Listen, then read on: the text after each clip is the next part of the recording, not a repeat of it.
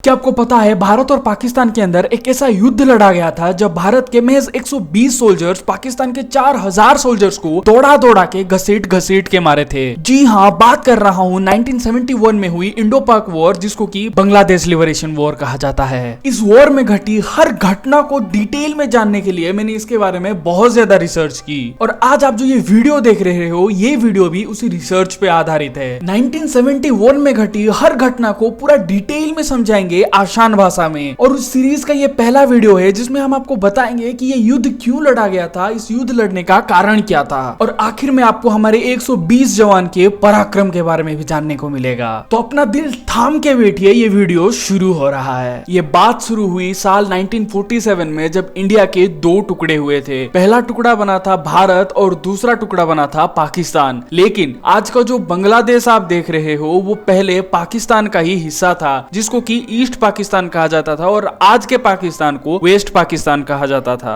पर पाकिस्तान का सिरदर्द बना हुआ था बांग्लादेश, क्योंकि बांग्लादेश पाकिस्तान से तकरीबन 1000 माइल यानी 1600 किलोमीटर दूर था, जिसकी वजह से बांग्लादेश और पाकिस्तान के अंदर बहुत ज्यादा कल्चरल डिफरेंस और लैंग्वेज डिफरेंस आ रहा था। इसीलिए बांग्लादेश और पाकिस्तान कभी एक राष्ट्र के जैसे रह ही नहीं पाए। ऊपर से पाकिस्तान के लोग बांग्लादेश के लोगों को बहुत ज्यादा नीचा दिखा रहे थे। इसी वजह से बांग्लादेश में शुरू हुआ आंदोलन अपने भाषा के लिए। बांग्लादेश के लोग ये चाह रहे थे कि बांग्लादेश में उनके भाषा के हिसाब से एजुकेशन मिले, उनके भाषा के हिसाब से करेंसी चले और उनके भाषा के हिसाब से सारी सरकारी काम हो। और पाकिस्तान ये चाहता था कि पाकिस्तानी भाषा में सब चीज होनी चाहिए। और इसी तरह पाकिस्तान और बांग्लादेश के बीच में अनबन शुरू हो चुकी थी। लेकिन परेशानी तब शुरू हुई जब पाकिस्तान के जनरल इलेक्शन में शेख मुजीबुर रहमान, जो कि बांग्लादेश के थे, वो जीत गए और उन्होंने ये डिक्लेयर कर दिया कि वो बांग्लादेश को एक स्वतंत्र कंट्री बनाएंगे, जिसकी वजह से पाकिस्तानी आर्मी ने उनको जेल में बंद कर दिया और उनके सपोर्ट में बांग्लादेश में बनी मुक्ति वाहिनी। इस इलेक्शन के बाद पाकिस्तानी लोगों ने बांग्लादेश पे बहुत ज्यादा जुल्म करना शुरू कर दिया। पाकिस्तान के इस्लामिस्ट लोगों ने बांग्लादेश के हिंदू परिवारों के तकरीबन 30 लाख लोगों को कटवा के मारा था और तकरीबन 4 लाख महिलाओं की रेप की थी। इतनी नृशंसता के बाद बांग्लादेश के लोग बांग्लादेश छोड़ के भारत के वेस्ट बंगाल की तरफ भागने लगे। और तब चल रही थी इंदिरा गांधी की सरकार और उन्होंने बॉर्डर खोल दिए, जिसकी वजह से बांग्लादेश के लोग भारत में शरण ले सकें। और इस वजह से तकरीबन 10 लाख लोग ऐसे थे जो कि भारत में शरण ले चुके थे, और ये चीज भारत की ऑलरेडी वीक इकोनॉमी पे और ज्यादा प्रेशर डाल रहा था। इस वजह से इंदिरा गांधी ने यह सोचा कि बांग्लादेशियों को भारत में लाने से बेहतर यह है कि भारत सीधा वॉर कर ले पाकिस्तान से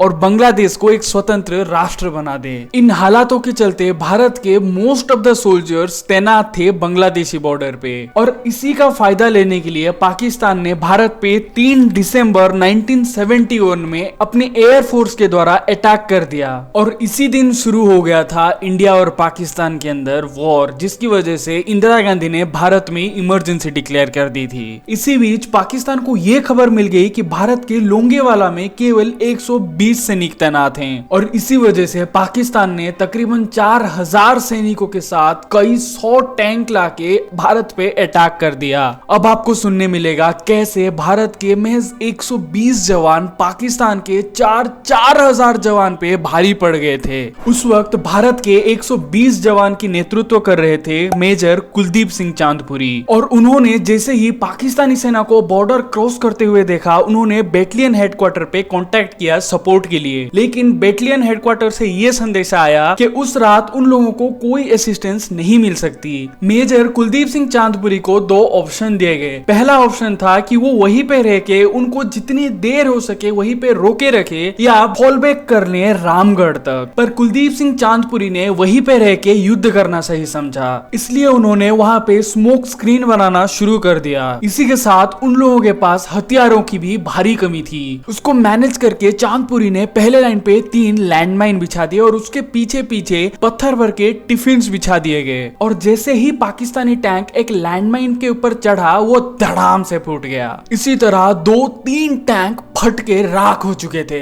अब पाकिस्तानियों की फटके हाथ में आ चुकी थी। चारों तरफ स्मोक होने की वजह से पाकिस्तानी सोल्जर्स कुछ समझ ही नहीं पा रहे थे। इसी बीच चांदपुरी ने 120 सोल्जर्स को 20 किलोमीटर एरिया में फैला के चारों तरफ से घमाघम फायरिंग शुरू करवा दी और पाकिस्तानी सोल्जर्स को वहीं पे रोके रखा। और जैसे ही 3 बज गए तब एंट्री होती है भारत के एयरफोर्स की और उन्होंने ऐसे चुन चुन के पाकिस्तानियों को मारा कि सब लोग जान बचा के भाग रहे थे। और इसी तरह भारत के महज 120 जवान पाकिस्तानियों पे भारी पड़ गए थे। तो दोस्तों ये वीडियो यही तक था। ये किस्सा इतना बड़ा है कि इसको एक वीडियो में बताना पॉसिबल नहीं है, इसीलिए अगला वीडियो आ रहा है गाजी अटैक के ऊपर। अगर आपको वो वीडियो भी देखना है तो इस चैनल को सब्सक्राइब जरूर कर देना और बेल आइकन दबा के रखना। जल्दी मिलता हूं आपसे नेक्स्ट वीडियो के साथ, तब तक के लिए टाटा बाय बाय।